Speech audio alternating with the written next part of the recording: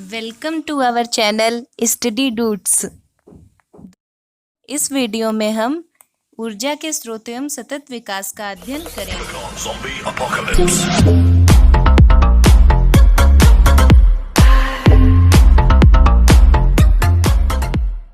चलिए अब हम जानेंगे कि ऊर्जा क्या है, इसे हम कैसे उपयोग में लाते हैं और ऊर्जा संरक्षण के लिए क्या क्या कर सकते हैं।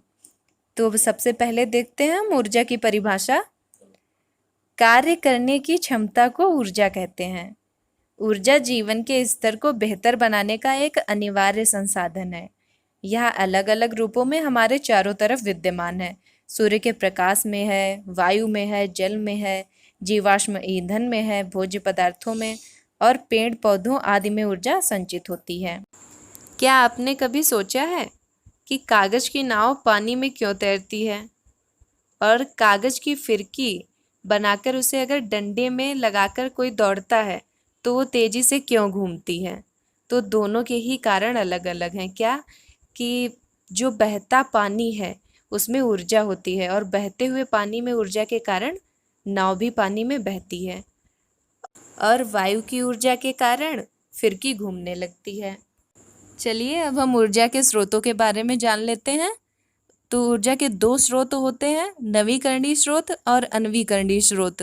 नवीकरणीय स्रोत क्या होते हैं? जिसमें पुनः नवीन होने की क्षमता हो, मतलब कि जो असीमित होते हैं, जैसे सूर्य, पवन, जल। तो इसको हम इस प्रकार से समझेंगे। ऊर्जा के वे स्रोत जिनकी आपूर्ति प्राकृतिक क्रियाकलापों द्वारा प्रकृति में निरंतर बनी रहती है तथा जो समाप्त नहीं होते हैं, उनको नवीकरणीय ऊर्जा स्रोत कहते हैं।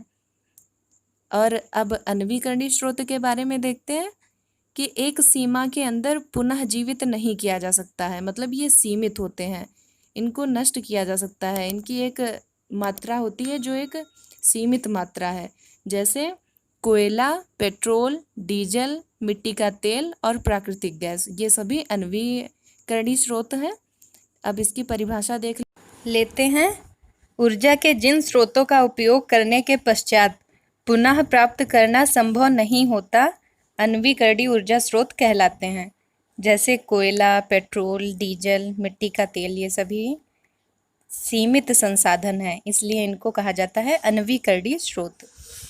वर्तमान समय में ऊर्जा की बढ़ती हुई आवश्यकता की पूर्ति हेतु जरूरी है कि ऊर्जा के नवीकरणीय स्रोतों का अधिक से अधिक उपयोग किया जाए और जो अनवीकरणीय ऊर्जा स्रोत हैं उनका संरक्षण किया जाए और उनके अपव्यय को रोका जाए। तो अब हम जानेंगे कि ऊर्जा के उपयोग हम कहाँ कहाँ कर सकते हैं। अब हम कई ऊर्जाओं के बारे में जानेंगे जो नवीकरणीय स्रोतों के उपयोग द्वारा प्राप्त की जाती हैं। चलिए सौर ऊर्जा से शुरू करते हैं। सौर ऊर्जा की परिभाषा पहले देखेंगे। सूर्य से प्राप्त होने वाली ऊर्जा को सौर ऊर्जा कहते हैं। सूर्य हमें प्रकाश व ऊष्मा प्रदान करता है। धरती पर ऊर्जा का मुख्य स्रोत सूर्य है, तो ये ध्यान रखने योग्य बात है कि धरती पर ऊर्जा का मुख्य स्रोत सूर्य है और प्रत्येक जीव किसी न किसी प्रकार से प्रत्यक्ष या अप्रत्यक्ष रूप से पेड़ पौधों पर निर्भर करता है और पेड़ पौधे भोजन अपना बनाते कहाँ से हैं? सूर्य के प्रकाश से। इसके अतिरिक्त सूर्य का उपयोग सौर विद्युत बनाने में भी किया जाता है। इसके अंतर्गत सूर्य की ऊर्जा को सोलर पावर प्लांट के माध्यम से वैद्युत ऊर्जा में बदला जाता है, मतलब जो सोलर पावर प्लांट होता है वो सूर्य ऊर्जा को वैद्युत ऊर्जा में बदलता है। सौर ऊर्जा उपकरण किसी भी स्थान पर स्थापित किया जा सकता है और इसका प्रयोग लोग अपने घरों में बिजली का बल्ब जलाने, खाना पकाने, पंखा व एसी चलाने में कर रहे हैं। सौर ऊर्जा का प्रयोग सोलर लालटेन व सोलर कुकर में भी किया जाता है। यह ऊर्जा का नवीकरणीय स्रोत है। इसका प्रयोग पर्यावरण संतुलन की दृष्टि से भी उपयोगी है। चूँकि पाठ्यक्रम में केवल सोलर कुकर है तो हम केवल सोलर कुकर के बारे में पढ़ेंगे। अब देखते हैं कि सोलर कुकर क्या होता है, किससे बना होता है। सोलर कुकर धातु अथवा प्लास्टिक का चौकोर डिब्बा होता है जिसमें अंदर ऊष्मारोधी पदार्थ का अस्तर लगा होता है ताकि डिब्बे के अंदर की ऊष्मा बाहर ना जा सके। और डिब्बे के अंदर की दीवारें काली होती हैं क्योंकि काले पृष्ठ ऊष्मा का अधिक अवशोषण करते हैं। डिब्बे के ऊपरी भाग पर समतल पारदर्शी कांच का ढक्कन होता है जो सूर्य के प्रकाश को डिब्बे के अंदर प्रवेश करने देता है। और डिब्बे के ऊपरी सिरे पर एक समतल दर्पण इस प्रकार लगाया जाता है कि वह सूर्य की किरणों को डिब्बे के भीतर परावर्तित कर सके।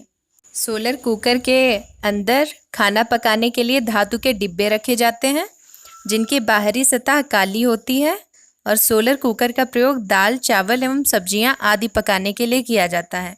तो अब हम समझ गए कि सोलर कुकर धातु या प्लास्टिक का डिब्बा होता है और इसमें जो अस्तर लगा होता है वो ऊष्मारोधी पदार्थ का होता है ताकि जो ऊष्मा है वो बाहर ना जा सके। चलिए अब हम आगे देखते हैं पवन ऊर्जा। बहती वायु से उत्पन्न की गई ऊर्जा को पवन ऊर्जा कहते हैं। पवन ऊर्जा बनाने के लिए हवादार जगहों पर पवन चक्कियों को लगाया जाता है जिनके द्वारा वायु की गतिज ऊर्जा को यांत्रिक ऊर्जा में परिवर्तित किया जाता है। मतलब जो ये पवन चक्कियाँ होती हैं उनमें वायु की जो गतिज ऊर्जा होती है वो यांत्रिक ऊर्जा में परिवर्तित होती है। और पवन ऊर्जा द्वारा हम गेहूँ पीसने, धान कूटने और भूमिगत जल निकालने जैसे कार्य करते हैं। आपने कभी सोचा है कि फोटोग्राफिक प्लेट तथा कैमरे की रील को काले कागज में लपेटकर या काले डिब्बे में क्यों रखते हैं? इसका कारण है फोटोग्राफिक प्लेट पर प्रकाश के पड़ने से रासायनिक क्रिया होती है, फलस्वरूप वह खराब हो जाती है और फोटो खींचने के योग्य नहीं रहते। यह प्रकाशीय ऊर्जा के कारण होता है। इसका मतलब है कि प्रकाश में भी ऊर्जा होती है। चलिए अब हम प्रकाश ऊर्जा के स्रोत देख लेते हैं। लैंटेन, ट्यूबलाइट, सूर्य, मोमबत्ती, टार्च और विद्युत बल्ब ये सभी दैनिक जीवन में प्रयुक्त प्रकाश ऊर्जा के स्रोत हैं। प्रकाश ऊर्जा का उपयोग स्वचालित दरवाजों, बैंकों में प्रयोग होने वाले चोर अलार्म, रोड लाइट के स्वचालित स्विचों आदि से भी किया जाता है। खिलौने में चाबी भर के छोड़ने पर वह गति क्यों करता है? चलिए इसका कारण देखते हैं। खिलौने में चाबी द्वारा स्प्रिंग को ऐंठने पर स्प्रिंग में ऊर्जा संचित हो जाती है। स्प्रिंग की ऐंठन धीरे धीरे खुलने पर खिलौना चलने लगता है। स्प्रिंग में संचित इस ऊर्जा को यांत्रिक ऊर्जा कहते हैं। गतिमान रेलगाड़ी, गतिमान वायु, खिंची हुई रबर, खिंचा हुआ तीर कमान, बहते हुए पानी में भी यांत्रिक ऊर्जा होती है। चलिए अब देखते हैं कि रासायनिक ऊर्जा क्या होती है। तो भोजन से शरीर को ऊर्जा मिलती है और शरीर में भोजन के पाचन के उपरांत ऑक्सीजन की उपस्थिति में रासायनिक अभिक्रियाएं होती हैं जिसके फलस्वरूप ऊर्जा मुक्त होती है। इसी ऊर्जा से शरीर अनेक कार्य करता है। इसी प्रकार पेड़ पौधों में प्रकाश संश्लेषण की प्रक्रिया में प्रकाश ऊर्जा का रासायनिक ऊर्जा में रूपांतरण होता है। क्या कारण है कि कभी कभी बादलों के गर्जन और पटाखों की तेज आवाज़ से मकान के दरवाजे और खिड़कियों में जो कांच लगे होते हैं वो टूट जाते हैं?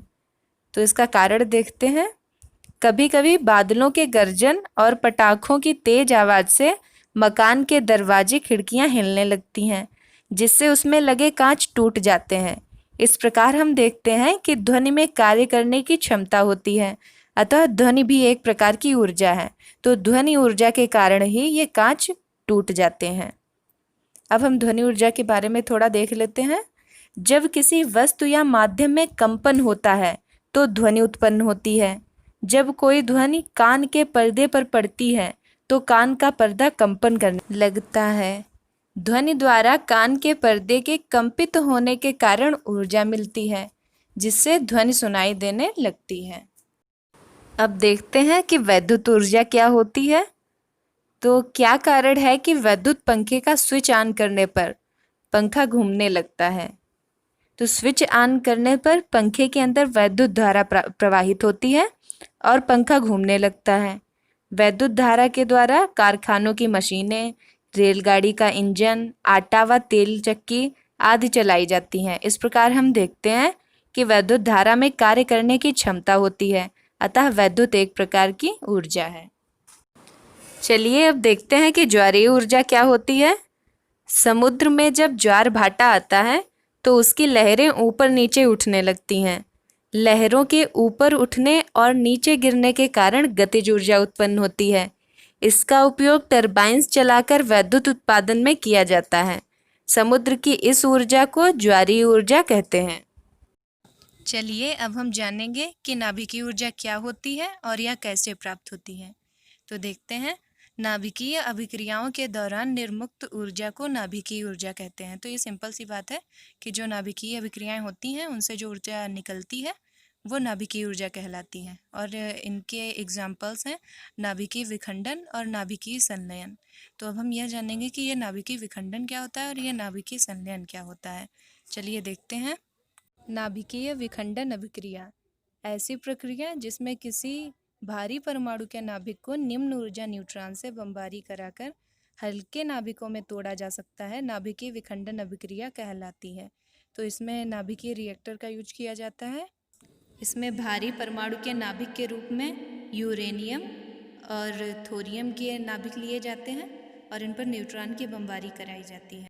अब देखते हैं कि नाभिकीय संलयन अभिक्रिया क्या होती है। तो वह प्रक्रिया जिसमें दो हल्के नाभिकों को जोड़कर एक भारी नाभिक बनाया जाता है, नाभिकीय संलयन अभिक्रिया कहलाती है। तो दो हल्के नाभिक का मतलब है जैसे हाइड्रोजन लिए गए और उनसे बना हीलियम। इसका सबसे अच्छा उदाहरण सूर्य है, क्योंकि सूर्य पर नाभिकीय संलयन अभिक्रिया ही होती है। चलिए अब कुछ ऊर्जाओं के रूपांतरण को देख लेते हैं। तो सबसे पहले देखते हैं कि यांत्रिक ऊर्जा का रूपांतरण किस किस रूप में हो सकता है। हथेलियों को रगड़ने से यांत्रिक कार्य होता है जो ऊष्मीय ऊर्जा में बदल जाता है। और किन्हीं भी दो पत्थरों को आपस में टकराने पर चिंगारी उत्पन्न होती है और ध्वनि भी सुनाई पड़ती है। तो टकराने के स्थान पर पत्थर गर्म भी हो जाता है। यहाँ यांत्रिक ऊर्जा ऊष्मीय ऊर्जा में परिवर्तित होती है। I hope friends you would like this video. Please like, comment, share and subscribe our channel Study Dudes.